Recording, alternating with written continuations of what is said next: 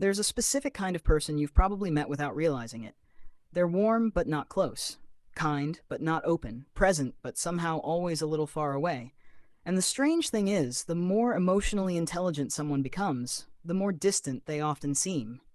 It's not coldness, it's not arrogance, it's something quieter, something almost invisible from the outside. Psychologists have noticed a pattern for decades.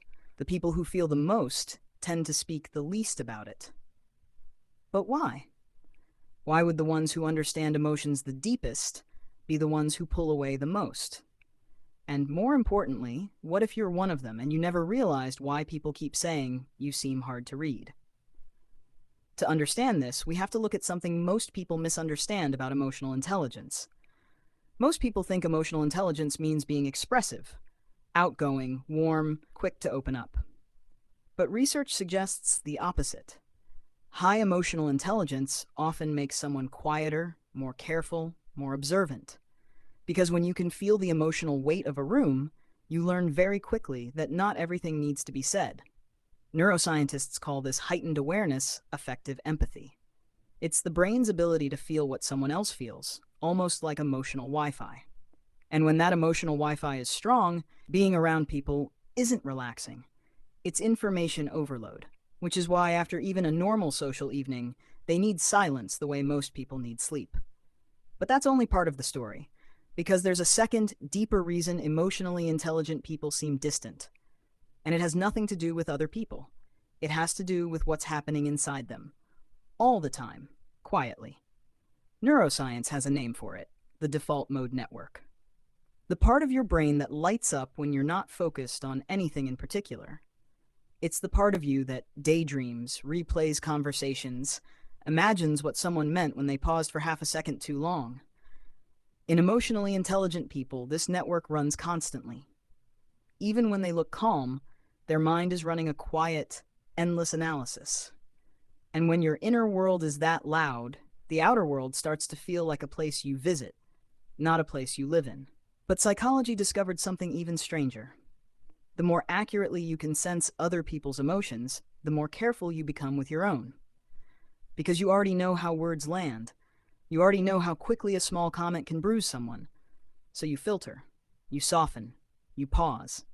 From the outside, that pause looks like distance. From the inside, it's care.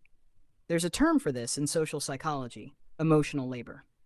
The invisible work of managing not just your feelings, but the feelings you sense in the room.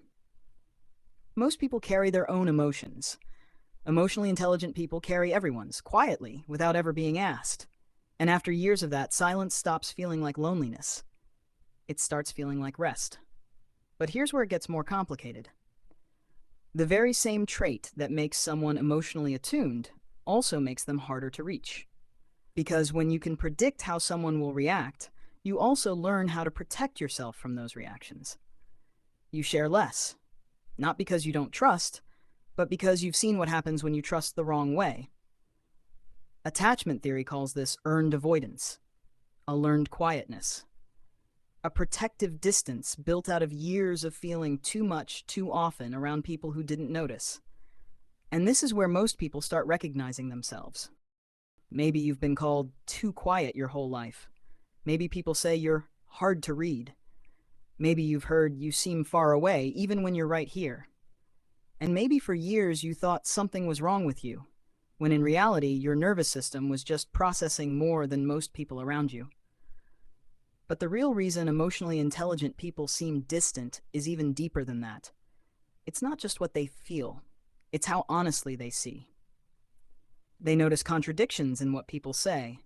They notice the smile that doesn't reach the eyes, the compliment with a small edge underneath. And once you see clearly, you can never fully unsee. You start choosing your circle more carefully, your words more carefully, your energy more carefully. It's not withdrawal, it's discernment. But there's a cost to seeing this clearly, a cost most people never talk about. When you understand people better than they understand themselves, you often feel a strange kind of loneliness, one that doesn't disappear in a crowd. Because being understood is different from being surrounded. And most people, no matter how kind, cannot meet someone at the emotional depth they naturally live at. So they adjust. They shorten what they say, they simplify what they feel, they keep the deeper layers to themselves. And from the outside, that looks like distance. From the inside, it's translation. But here's what most people never realize.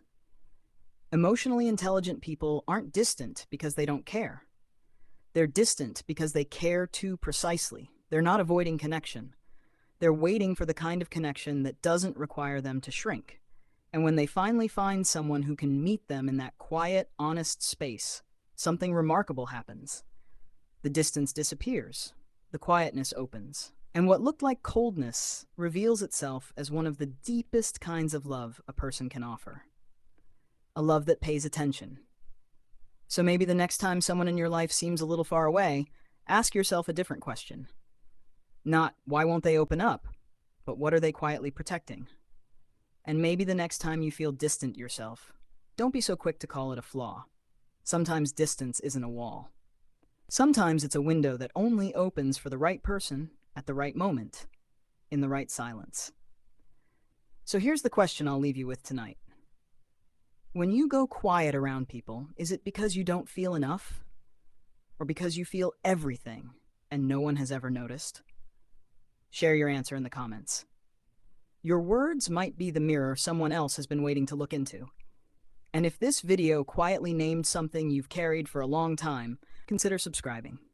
This channel is a slow, honest place, a home for the kind of thoughts most people never say out loud. Because in our next documentary, we're going somewhere even deeper, into the strange psychology of people who overthink love, and why the ones who feel the most are often the last to say it. Until then, stay soft, stay observant, and remember, the quietest people are often the ones carrying the loudest inner worlds.